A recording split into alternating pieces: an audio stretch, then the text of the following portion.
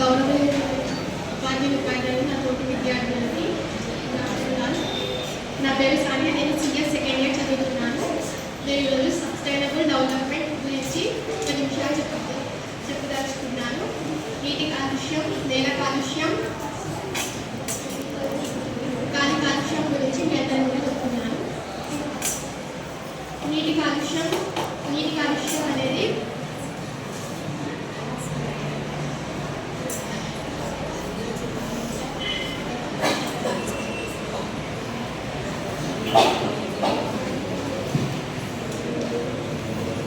నీరు అనేది మనందరికీ చాలా ముఖ్యం. ఆ నీటిని కాలుష్యంగా మారకుండా మనమందరం చూసుకోవాలి. నీటిని కాలుష్యకరంగా మారడానికి చాలా కారణాలు ఉన్నాయి. పరిశ్రమల నుండి వచ్చే వ్యర్థాలు, వ్యవసాయ వ్యర్థాలు, పరిశ్రమల నుండి వచ్చే వ్యర్థాలను నీటిలో కలిసి నీటి కాలుష్యకరంగా మారుతున్నాయి. వ్యవసాయం నుంచి ఎరువులు, పురుగు మందులు అవన్నీ కలిసి నీటి కాలుష్యకరంగా మారుస్తున్నాయి. ప్లాస్టిక్ వాడకం అనేది మనమందరం చాలా తక్కువగా వాడాలి.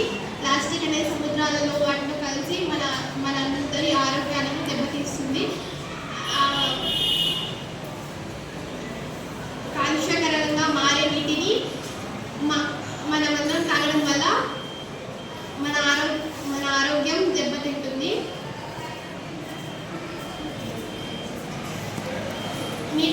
నీటిని కాలుష్యం కాకుండా చూసుకునే బాధ్యత మనందరిది. అందరం కృషి చేస్తే నీటిని కాలుష్యకరంగా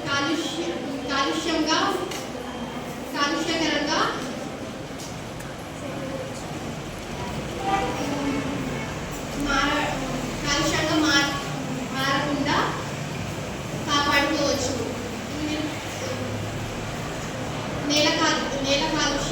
నేల కాలుష్యం అనేది